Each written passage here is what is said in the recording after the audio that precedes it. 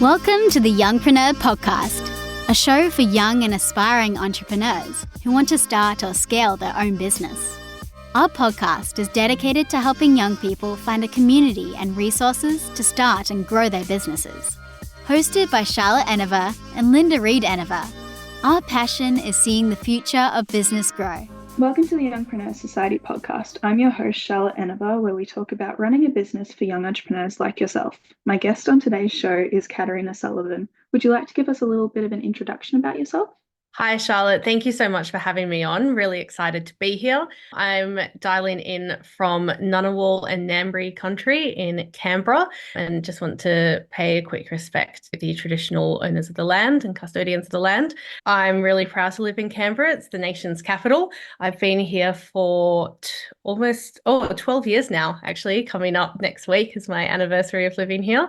I started out with a family in small business, and small business just became my life. It's everything I knew from a young age. And when I moved to Canberra, I worked in government for a little bit, worked in the not-for-profit sector for a little bit, and then decided that I wanted to start my own business. Fast forward to today, with my husband and I run 6 businesses together, which is a lot of work. Sometimes we don't do everything that we hope to do with them, but we're really starting to come into a place of finding our rhythm with it all and focused on creating a better future for everyone through what we do for work. That's amazing. How did you start out in business? It was actually through my work with not-for-profit organisations. I started getting approached by people to help them with their business outside of the scope of what our organisation did as a charity. And so I thought, I'll just start something on the side to help supplement my income, because not-for-profits don't pay heaps of money, and Canberra is not the cheapest city in Australia to live in. So I started out doing that part-time, and then that really started to gain a bit of momentum. So what I was doing was consulting for small businesses around social, economic and environmental sustainability and helping them become better businesses, better contributors to the community. And a lot of that complemented my not-for-profit work. So I was able to feed a lot more of that back into the charity and get us more exposure. So it was a really complementary business. And it all just started out from the fact that I knew a little bit of information, knew how to do something, and then people approached me to do it.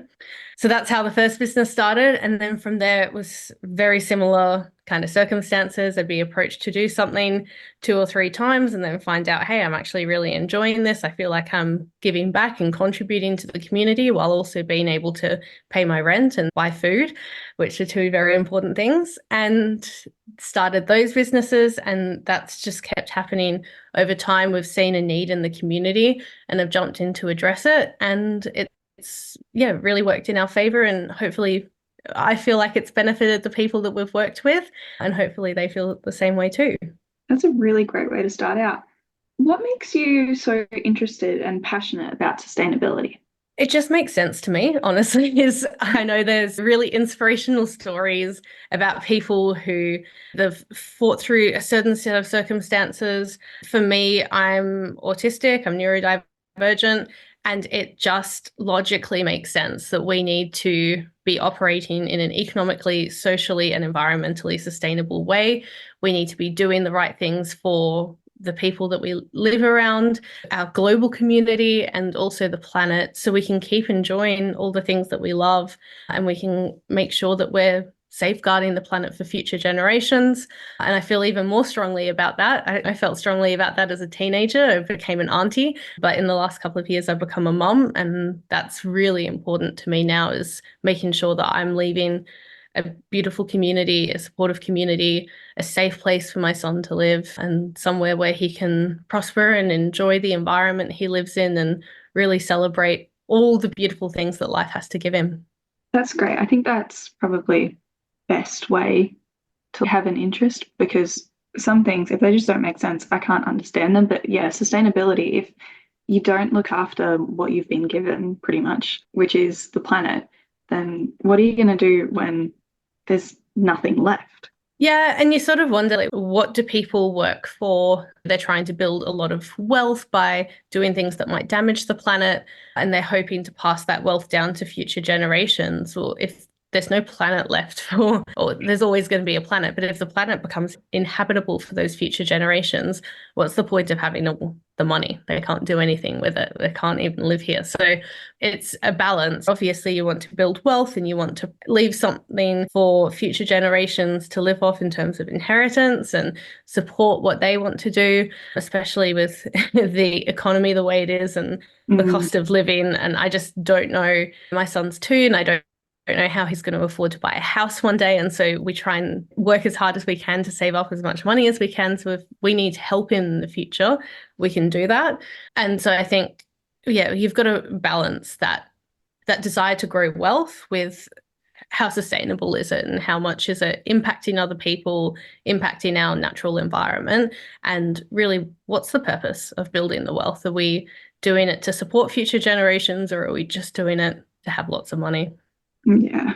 And I think like supporting future generations is what we really need. But yeah, people do get mixed up in, oh, money will support them. Like the money that we have now could possibly get devalued, or since it's just something that we've made up instead of like flowers and trees and dirt and water being there, just something that we made up. So by the time that the future generations are there and they only have money, it could be really detrimental. Yeah, there's a beautiful quote, and I'm definitely not going to remember it off the top of my head, so I'm not going to try and say it. I believe it's a philosophy of Indigenous Americans, and it's along the lines of when the last tree is cut down and the last fish has died in the poisoned water, and we turn around and look at all the money, what have we really got? And I encourage listeners to actually look up the proper quote and not just listen to what I'm saying, because it's a really beautiful and impact. But it's so true. What are we really working for is always the question that I come back to. And that's why all of our businesses are so focused on either economic, social, or environmental sustainability for our clients, for our customers, and just finding ways to bring people joy. Yeah, it's great. What do young entrepreneurs need to know about their responsibility to economic, social, and environmental sustainability? It's a great question, because this is actually a very rapidly changing landscape at the moment. Legislation's just come in Australia from the 1st of July that's mandating companies are better at reporting their commitment to economic, social, and environmental sustainability, or ESG. And so there's a bit of pressure on larger companies now, especially, so companies that have more than 500 employees. And there's a few more criteria that go into that talk about what they have to report on, how transparent they have to be, and what kind of metrics they need to meet. And that's interesting because even though a lot of the listeners probably won't be having companies with 500 people as of yet, but maybe one day, it does start to look at the supply chain. So these companies will say to other businesses that want to tender for them or contract to them, we need a sustainability commitment or a sustainability policy or report for you to actually apply for this tender and do work for us, especially for B2B businesses. We're starting to see a huge shift, and we're having conversations through our consultancy, strategic sustainability consultants. We're having these conversations with a few businesses at the moment who are looking to take that next level in their business, start to work for some of these bigger organizations, but they need the paperwork ready to do that. And it's a good thing. It's a good change that's happening. There's a little bit of red tape with it, which is always frustrating, but I love doing my sustainability commitments for my businesses as a business owner at the end of each year, because it really helps me check back in with our vision, our mission, what we're set up to do, what are our brand values, and what are we actually contributing back to the community. And it gives me this really exciting and inspirational little nudge to say, okay, what could we be doing better, and what could we invest in more?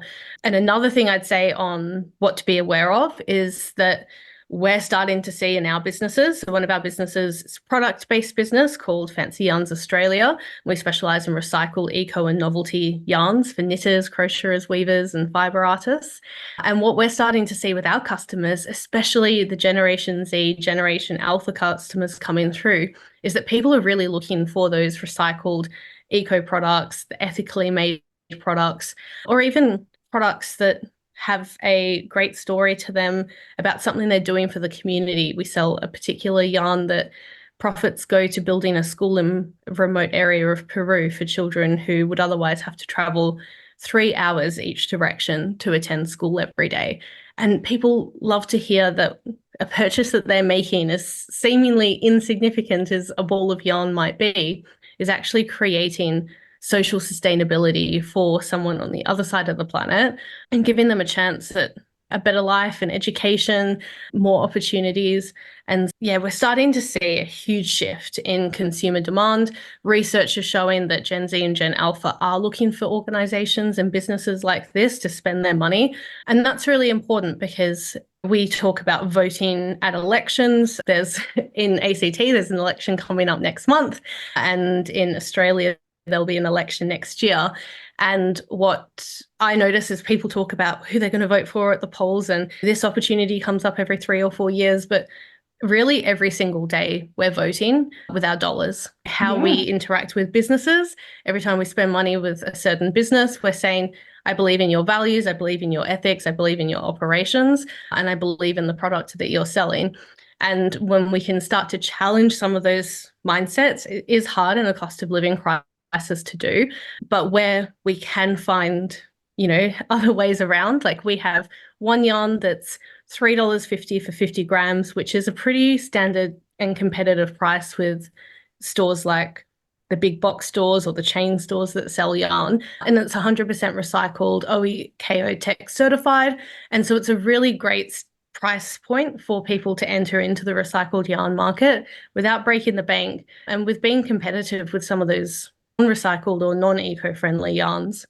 We are seeing a few things come up that are budget friendly and really challenging the way that we're doing business and engaging with businesses. Yeah, that's really cool. And I feel like what you're doing with the funds going to a school or everything being sustainable is helping those who would like to help causes such as sustainability in all places, provide that little pieces of help in their everyday life, because sometimes I don't even know how I'm going to help the economic and social and environmental sustainability around me where we live. But I think it's amazing that you're providing a way for people to help. Yeah, and like I have quite a few charity clients. We're seeing donation decrease in the charity sector because people just don't have that disposable income. Now, if you're able to spend money with a business that is then doing that donation on your behalf, it's a way to feel good about what you're doing, what you're contributing without breaking the bank. And it also saves you a lot of time in researching which charity should I go to, how should I donate to them, what does donation look like. For some charities, they force you into monthly giving. You can't just give a one-off donation. So sometimes it can be really hard to navigate that landscape. And there are so many fantastic charitable organizations that are doing amazing work. But when businesses partner with those charitable organizations, it sometimes takes a bit of pressure off the consumer or potential donor in working out where to put their money. And so making that spend just becomes a little bit easier for you. Definitely have a look into a few organizations that might sell products that you're already buying and work out if there's some way that you can change to a different business that might be a similar price point but have a better giving strategy. Yeah, that's really good advice. What challenges lay ahead for young entrepreneurs, especially when it comes to economic, social, and environmental sustainability? It is a pretty quickly changing landscape. I know for us, 12 months ago, we didn't think that we would be selling eucalyptus yarn, sugarcane yarn, seaweed yarn, and I'm talking about fibers spun from these plants, using sugarcane fibers from the plant to actually spin into a yarn. And I recently made a top out of it that I wore to an award ceremony the other week when we won Retail Business of the Year. And it was a fantastic story to be able to share with people, saying, I'm wearing this top, it's spun out of sugarcane. There's so many innovations happening at the moment. So it is a challenge to stay on top of everything that's coming out. And it will continue to be a challenge as more and more people become aware of the different ways that we can engage in economic, social, and environmental sustainability. We're going to start seeing different business models coming out, people providing new products that are completely unique and really innovative. And so to stay on top of all of that information is going to be tough. It's why investing in a good circle of people around you that can support you in that, whether it's business groups or sustainability leaders, or signing up to a great website that's sharing information about these kind of trends, that will all become really important. And the other thing to be aware of for young people looking at either starting a business or who have just started a business, people are going to start really shopping with their values. We're starting to see that transition happen already. And right now, for businesses like us, where we're at the forefront of recycled and eco innovation and social causes, and we're one of the first businesses doing it in our industry that are really investing a lot into the marketing and the brand story around that. As more businesses realize that this is a really viable business option, is to actually talk about that brand story. There's a lot of businesses that are already doing great things around economic, social, and environmental sustainability, but not necessarily publicizing it enough or talking about it enough. And they'll be the ones that are left behind because people are just going to where they can find that information first. They're building a bit of brand loyalty with those organizations, and they're starting to invest in, yep, this is where I go and get my yarn, or this is where I go and get my coffee because I know their brand story, I know what they do, I know the impact they make. So the sooner young business leaders can actually start investing in that communication, or even having a look at their business model and working out, what's my business contributing back? What are we giving back to the planet, to our community, and start to change some of those business practices to fall in line with more value aligned business. I think they'll start to see a bit of success. And if they don't, there's a possibility and there's a bit of a risk of getting left behind. And I think that's really important for people to be aware of too. Yeah, it sounds like you're really ahead of the curve. What role does business play in shaping the future of our planet? Business has such an important role. As I said before, we go to the polls once every 3 or 4 years, but we go to the shops probably more than once a week for many of us. So every time we're saying what kind of world we want. I think it's really important to start holding businesses accountable for that. A lot of innovation happens before legislation can catch up to it. So a lot of the times when we're saying to our governments that we want change, we want to see a certain piece of legislation go through to help our economic, social, and environmental sustainability. They are the legislators. They are the ones that can rule on that decision. But legislation takes time to get through Parliament. Writing to a business leader is just as impactful and just as important because, firstly, they're motivated by profits. And if they feel like you're not going to keep spending money with their organization, then they're going to start looking at what they're doing and change, especially for small and medium businesses. Larger businesses, you need a collective effort. And I believe we can do it, but it does definitely need a bit more pressure. And the other important thing to note is that especially large companies are owned by, or all companies are owned by shareholders. Some companies, like my husband and my company, there's just 2 shareholders, which is me and him. But when you start looking at ASX listed companies, you've got of shareholders all around Australia, sometimes around the world, that actually contribute to the decisions that are made by that company. And if we realize that we can actually take back some of the power and fight that from within, and that it's not just the board that makes the final decision, there's a few shareholders involved, without naming and shaming a company. We did see quite a significant ASX listed Australian company that everyone would know the name of last year actually have the shareholders say that they weren't happy with what the board was doing and they voted down a decision. And it was this fantastic moment of the shareholders actually holding a bit of power and holding that company to account. And a lot has changed in that organization since that all happened. And so we're really starting to see that the shareholders do have quite a big voice, and us as consumers, us as their customers, we can start to shape that narrative too. And like, I'm very passionate about politics, and I'll always say to write to your local politician, make change happen. But I think that there's another level that we can actually engage in some of that change making and start holding businesses more accountable too. That's amazing. I really like what you've been saying, because this has given me so much insight into everything that I didn't really know.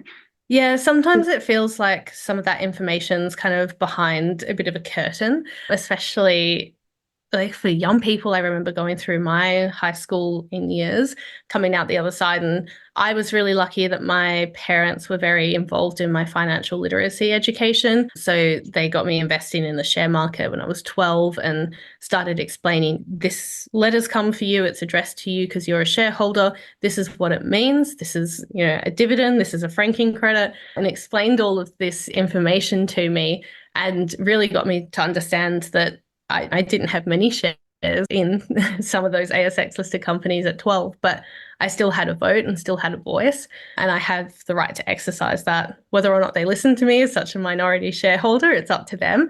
But I think that better financial literacy I'm really passionate about as well, making sure that people understand the entire ecosystem at play, because quite often you think about something like some of the big supermarket chains, they make a lot of decisions around pricing, and there's been some parliamentary inquiries into whether or not those organisations have been price gouging.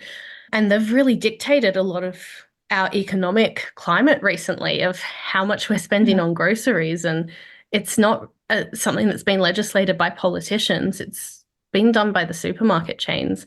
And so putting pressure back on those supermarkets to say, hold on, this isn't good enough. We're struggling and you're making record profits. Let's have a conversation about this. It's a really important awareness to have about how our economic and political system all works. That's so amazing. How do you keep your business sustainable? It's a good question. I think I'll tell you how we don't keep our business sustainable, because I think that's really important to go into. And it also helps hold me accountable, because it means that anyone that listens to this podcast can say, I heard you say. I think the first thing is to really make sure that the business owner is sustainable in terms of like how you're looking after yourself, how you're making sure that you're not getting burnt out, not getting run down, not taking on too much. And that's been a real challenge for me. I absolutely love saying yes to everything, chasing after new ideas. And I have to check in with myself every now and then to make sure, hey, hold on, are you taking on too much? So I think the first thing I would recommend is making sure that you as a human being in your own mental, physical health, social health, emotional health, that you are well and you are operating in a sustainable way. My husband has actually just finished up working in employment, and he's now fully self-employed in our company. And so that's helped a lot, because I've been able to take some of my tasks off my plate and put them on his. And so we're starting to share the load a bit more equally. But I think first, in checking in with ourselves about our sustainability is really important. We also try and make sure that we separate our personal beliefs and our business beliefs. So by that, there's a lot of causes that we can get caught up in, a lot of things that I personally feel really passionate about, but that just don't really align with what our business does. As much as I'd love to donate to every flood appeal that happens and every natural disaster that happens around the world and support the people who have lived through that, it's just not sustainable for us to do that as a business. So we really make sure that we remove our personal beliefs and have a look at what our business beliefs are. So for example, the yarn business, we work very closely with companies in Turkey that produce a lot of yarn. And so when the earthquake happened in Turkey and Syria, we did an appeal for that event, because that made sense to the values of our business, the operations of our business. And we've engaged in other donation appeals in the meantime for more local organisations. But in terms of engaging in an international appeal, that one was very relevant to us. And again, if something happened in Peru or somewhere where we do a lot of business, we'd engage with that. Otherwise, we keep a lot of our advocacy local and our support for organisations local to Canberra, because that makes sense for us. It can, you can run a bit of a course with sustainability if you start to say yes to too many things. And I think as well, just making sure that we check in. So we do a review process with our business we do a financial review pretty much every week, every day. We're checking in to see how much money's come in, what expenses are going out. And then we do a bit more of a formal review every month and just see how we've gone for the month in each of the businesses. And with that, we also check in with our sustainability strategy. So we have a 2024 to 2027 sustainability strategy that outlines what we want to achieve and how we want to engage better with the community in our natural environment. And so we check back in on that every month. And then we do a quarterly review, and then obviously an annual review when we publish our sustainability report. And that just helps us keep ourselves accountable. And we try and share that with a few different stakeholders as well to get their feedback and get them to let us know what they think that we could be doing more of, or what we're doing too much of, or what we could be doing better. So we do get a bit of feedback on that as well. Amazing. We touched on keeping the owner of the business sustainable. So how do you maintain a work-life balance that helps you stay healthy and not burnt out, but also lets you enjoy your business? I always hate this question because I don't think I do it well. And I think the first step in it is that I'm able to acknowledge that and identify it. I think it would be a problem if I couldn't identify it. I'm really lucky that I get to work primarily from home. We spend a lot of time with our son at home, both my husband and I, and that makes it all worthwhile, is getting to be with him all day. So I think that's really important for us, is having that family connection. I'm really lucky that I get to work with my husband as well, and that helps me because we do love each other. We do argue from time to time. Definitely you need a special type of resilience in your relationship to get into business with your partner. My parents, they've been married for over 40 years, and other than the last almost 10 years, or just over 10 years they've been retired, they actually worked together for their entire relationship except for a short 6-month gap, and they owned a business together, and I know how challenging it was on them. And so they're a little bit of inspiration to me trying to get through those kind of relationships and those interactions with my husband. But yeah, I couldn't imagine being in business with any other person. That we work really well together for the majority of the time. But it's the same with all business partner relationships. Like some days are good, some days are bad, and you just ride the highs and lows. We have a few things that we do to get ourselves out of that mindset, a couple of default movies that pick us up, or TV shows. I know we spoke before we started the interview about Leslie Knope. Parks and Recreation's a nice little brain break for us. He has his weaving, so he weaves with yarns to create scarves and different kind of items. And I have my knitting, and it's something that we can enjoy together, but that is separate. So we're not always in each other's business about exactly what's happening, but we're both sitting there enjoying yarn together. And something that I'm really trying to get better at the moment is getting out of the house to exercise. It's so hard when I think, oh, I could go to the gym and just give my brain a bit of a break, or let my body get some endorphins running through, or I could sit here and work on this project for the next hour and a half and hit another thing off my to-do list. And so I'm really trying to get better at taking the gym option the majority of the time, because it is really tempting. I love my work. I love everything I do. One of the ways that I keep myself engaged in my job is that I work on so many different parts of the business. So if I decided I just can't send another email today, I've spoken to people way too much via email, I'm going to work on some graphic design, because that's where I feel like I could contribute the most right now. So keeping that variety in my day is really important.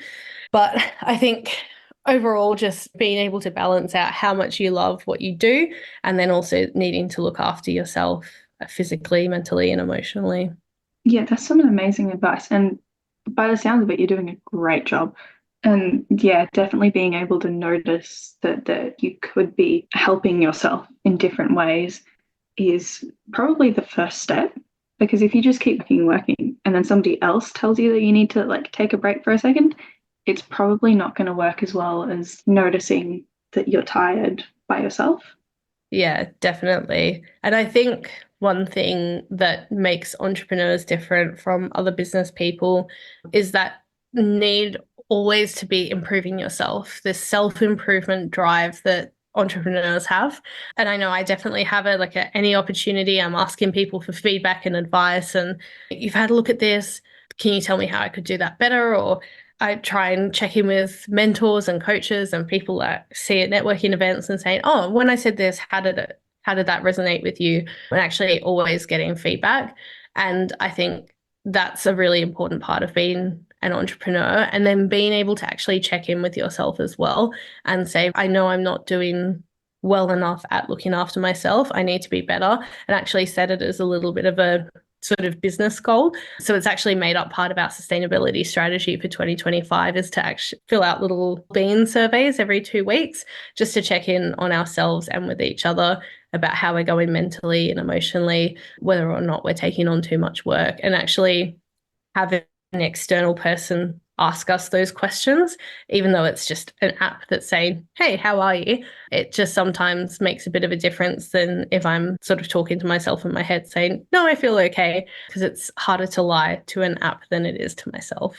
Yeah, definitely. And I feel like the app, because you're in your head a lot, but like an app like that would definitely make you take a break from all the stuff that's going on in your head and actually notice the fact that it's asking you that question. Yeah, there's a lot of time spent in your head, spent talking to yourself as an entrepreneur, that you become your own best friend in a way, because you spend so much of your day with yourself on a more intimate level than you would just working for an organization, or it's a different mindset that you have, and you get to know yourself really well, but then you also know how to lie to yourself really well. So finding external ways to check in is really important. Yeah. Do you have any extra advice for young entrepreneurs out there? Yeah, part of the reason I agreed to doing the podcast is I just believe so strongly in what you're doing. I think youth entrepreneurship is such an amazing gift that people can have for themselves and give back to the world, give back to their local community and the planet. And I'm really excited about what you're doing. I'd say for young people who are looking to either start their business or have started their business, I think now is a great time, and this is your sign to really check in with your business values, your brand values, your vision, your mission, and what you're doing for the planet, what you're doing for your community, and check in to make sure that you are an economically, socially, and environmentally sustainable business. And speak to your customers, speak to your stakeholders, speak to the people around you, that what they want to see from your business, what they would like you to do and how they'd like you to contribute. Get some ideas, gather some data. Opinions are great, but data is really what's going to inform your choices around how you better engage, and take this opportunity to reinvent your business if you have to, really drive that message, that storytelling message of what you are here to do, what impact you and your business are making on the world, and how you're going to create a better future for everyone. Amazing. I've really enjoyed talking to you today. It's been a pleasure, Charlotte. It's lovely to get to know you. And as I said, I'm really inspired by what you're doing. And I think you should definitely 100% keep doing it. Thank you so much. Thank you so much for joining me. You've given me some amazing advice, and I'm sure the listeners would love it too. Yeah. Thank you.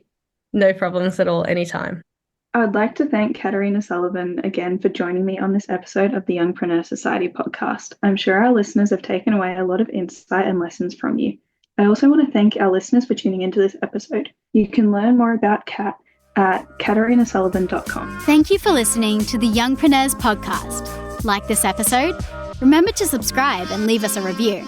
And join us in the Youngpreneur Society, a community for young entrepreneurs to explore the world of business. Youngpreneursociety.com